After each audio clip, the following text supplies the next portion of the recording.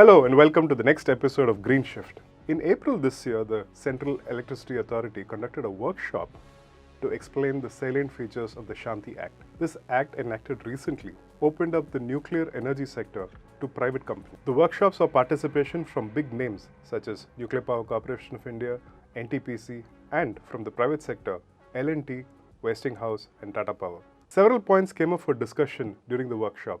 And to discuss these with us, today we have Mr. M Ramesh, Senior Editorial Consultant with Businessline.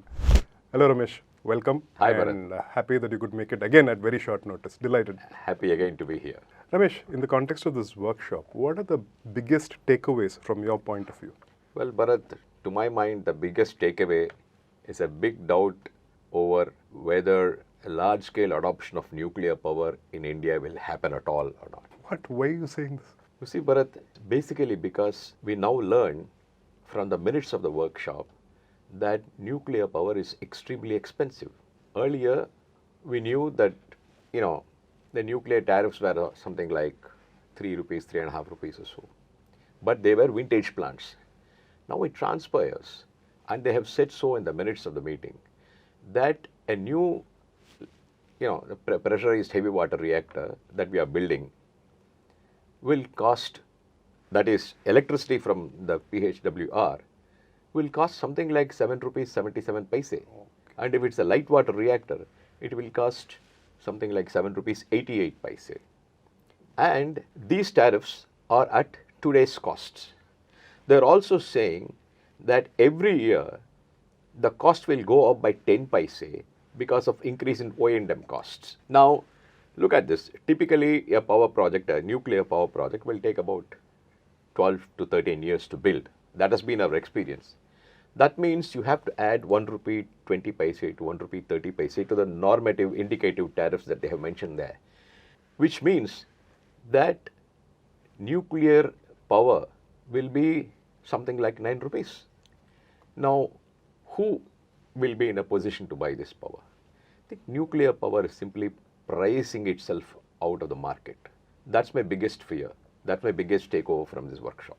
Oh, then what do you think is the government's rationale in its push to nuclear power? You see, I don't know. I can only guess this much. Nuclear power costs, the tariffs are generally stable. They don't rise much because, it's mostly the capital costs. The variable cost, the running costs are not much anyway. So probably the government thinks that over a long period of time, that you must also know and understand that a nuclear power plant has a life of about 60 to 100 years. It can live that long. So the government must be thinking that in several decades, due to inflation and so on, the tariffs in the economy, electricity tariffs in the economy would have gone up, whereas nuclear tariffs would not have gone up that much. So there will be some kind of balancing. It will become affordable or not very costlier than other sources of electricity at that stage. That is probably the reasoning. But even if that is true, the question is who will be willing to buy power at these rates in the initial stages, maybe for the first decade or so. That's a very big question mark. I can only think of this as an answer. Maybe somebody like NTPC will be able to pull it off because NTPC has many thermal power projects and is also getting very big in renewable energy. Maybe NTPC will be able to bundle the high nuclear power with the cheaper thermal or renewable energy and then sell it to the discoms at an average price. Sorry to interrupt, but when it bundles, the average cost will go up, right? Why would they bundle? It will go up, but it will not be like 9 rupees. Okay. Because you are mixing it with cheaper power. The average will of course be higher than otherwise, but it will still not be, they won't have to sell nuclear power at 9 rupees. That can be the only rationale. And one would do this in the time that we have to give ourselves till we can go completely renewable or new energy like solar? No, I don't think they are looking at renewable versus nuclear. The renewable also will rise much faster than nuclear. So thermal also, the plan is to build about 80 gigawatts of thermal power plants between now and 2030. So there will be thermal, there will be a lot more renewable energy, there will be some nuclear. Maybe the idea is to bundle all these things and sell it at an average price, which might be somewhat affordable to discoms. That can be the only rationale behind this. Because otherwise, I am at a loss to understand which discom or which consumer will be in a position to buy power or will be willing to buy nuclear power at 9 rupees or 10 rupees when there are cheaper alternatives available. Today you are able to get renewable energy, a steady stream of renewable energy, what they call FDRE, firm dispatchable renewable energy, at something like 4.5 rupees. Now, if you are a company that wants to go green, you have that option, a much cheaper option, which costs probably half as much as nuclear energy.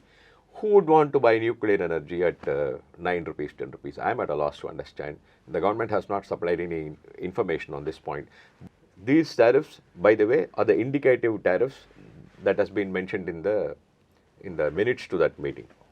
So these are government's numbers anyway. What is the future of nuclear energy in India? In other contexts, we would think that as scale grows, your costs would come down. Would that apply here? You see, if your question is whether it is worthwhile doing nuclear at all, because as I just said, the costs are too high, we must find some way of going ahead with nuclear energy. Only if we go through this cycle, we'll get to a stage where we can use the thorium that is available in the country with us. When we get to thorium cycle, it might take a good 40 years, 50 years also, maybe even 100 years. Doesn't matter, because once we get to the thorium cycle, thorium alone can energize the entire country for hundreds of years or even millennia. But to get there, you have to have a fleet of nuclear power plants running so that they generate enough plutonium with which you can get into the thorium cycle. The science behind the thorium cycle is very interesting, but I'm sure we will have a separate video of that on another day.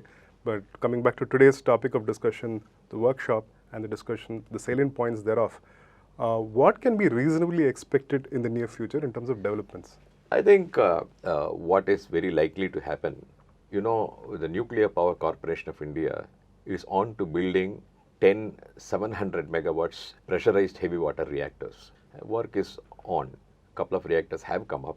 I think that will go on. So you will add 7,000 megawatts. And Kudamkulam, that is NPCIL's again, in collaboration with Rosatom of Russia. Kudamkulam 1 and 2 are up and running. Kudamkulam 3 and 4 are about to be, will be completed pretty soon. And 5 and 6 will come. So that will be 4,000 more.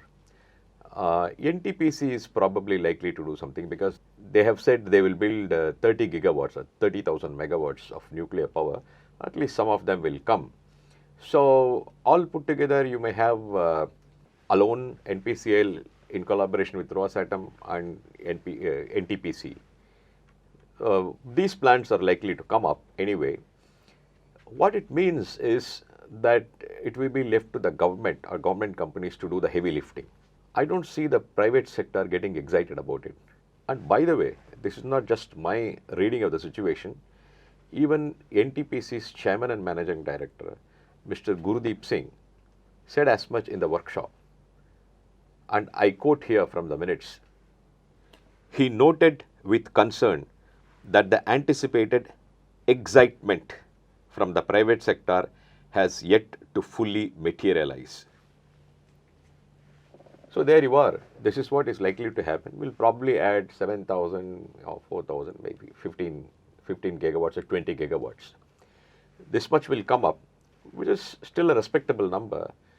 But I am not convinced that the government will be anywhere near its target of meeting 100 gigawatts by 2047. That looks to me to be a very tall order.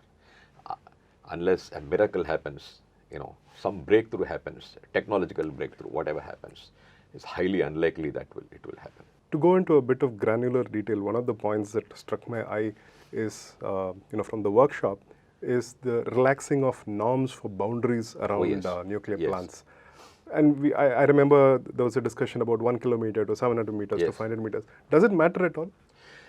Well, you see, there are two kinds of things that can go wrong in a nuclear power plant. One is a large mishap of the Chernobyl, Fukushima kind, which is very, very rare, extremely rare, and with the learnings from the past mistakes, I don't think, I think the plant operators will be able to de-risk that part of it. But if that does happen, it does not at all matter whether a person is standing at the 1001st meter or at 701st meter. It's all the same. It's going to blow them off anyway, both of them. From that perspective, it does not matter. But radiation leaks keep happening from time to time. You can't completely avoid that. It is a risk for people who work in the neighborhood of the plant. There it matters. Even a distance of about 300 meters can make a difference. The government has said that it is thinking of shrinking the exclusion zone around a nuclear power plant from 1 kilometer, 1000 meters, to 700 meters for some projects, to 500 meters for some other projects. I don't think this is a wise idea, because the government may have technical reasons to believe that this is enough.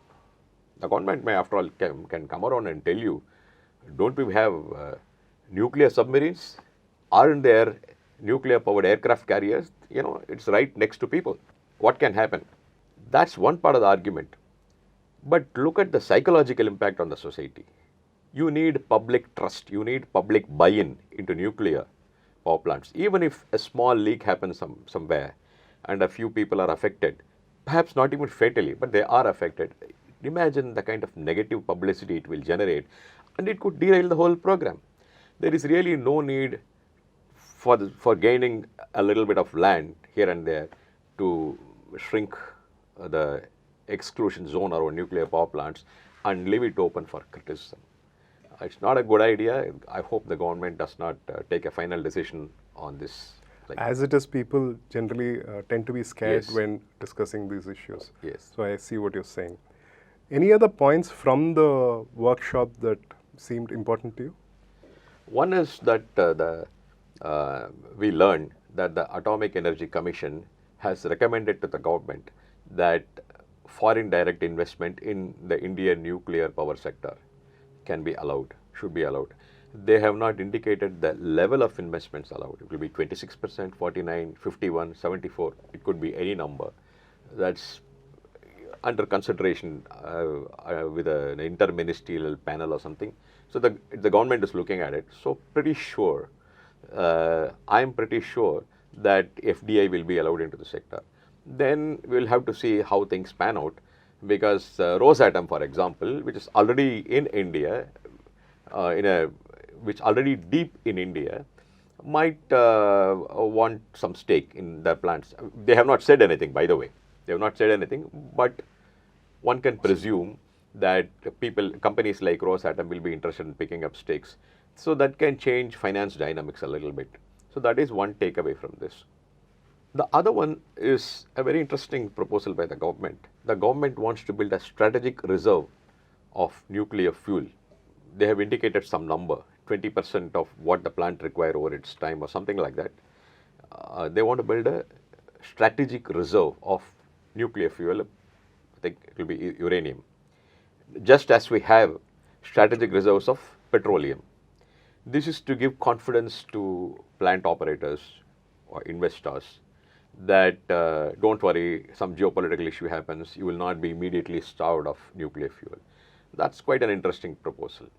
One other point that has been thrown up in this workshop is, this is somewhat negative again, the amount of water that a nuclear power plant will require. They have given a number of 80 million liters for a twin 700 megawatt site. Now, I did some calculations with a little bit of help from ChatGPT, and I learned that this is twice as much as a typical supercritical thermal power plant of a comparable size. You know, supercritical thermal power plants come in either 660 megawatts or 800 megawatts in size. So if you take a 660 megawatt supercritical coal-fired power plant, it will take about 3 to 4 liters of water per kilowatt hour per unit of electricity it produces. A nuclear power plant we see from calculations will take twice as much. Now, this is going to be a problem, obviously, because you have to locate nuclear power plants where there is some source of water, and typically where there is a source of water, there is also population habitation. So how the government is going to tackle this part, how plant operators are going to look at this is another question. And talking of where these nuclear power plants will be located, the government has also said that it is studying some sites, potential sites, where, and by the way, they have said that they will complete this study and put it all up on a dashboard, along with the level of further pre-feasibility studies that one would need to make for that particular, for each site. So the government will come up with a list of potential sites where these plants can be located, and they have also said that most of these sites will be the site of a retired, scrapped thermal power plants, where you have all the attendant infrastructure. And it makes sense, that is what will happen. So we'll have to wait for that development again. And we'll have to see with all these things what level of interest the private sector shows. I'm not very confident there will be a great level of interest, but fingers crossed, let's wait and see what happens. Ramesh, we've actually dwelt quite at length on SMRs or small modular reactors in our columns. I'm wondering if the workshop came up with a reference to this. Yes, they did. I think there was a whole session on small modular reactors, SMRs. Worldwide, SMRs are not a large fleet of SMRs, not that a large fleet of SMRs are being set up, but SMRs have generated a lot of interests. Now, I can tell you a little bit from my personal experience. A couple of years back, I was in this Russian city of Sochi, where the Russians were holding a conference on nuclear energy. Now, there were parallel sessions. There was one session on SMRs. Believe me, Bharat, I couldn't get into that room. It was so full of people. Forget about finding a place for me to sit or even to stand. I couldn't even get in. Awesome. That's a level of interest. That's the level of interest. Whereas the other sessions, hardly saw any attendance at all. Wow. Everybody wanted to be in this session. This was a couple of years back. And since then, the interest in SMRs has only grown, has only gone up.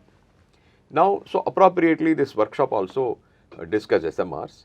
And they are looking at a few interesting things here that gives some idea about broadly the government's thinking on SMRs.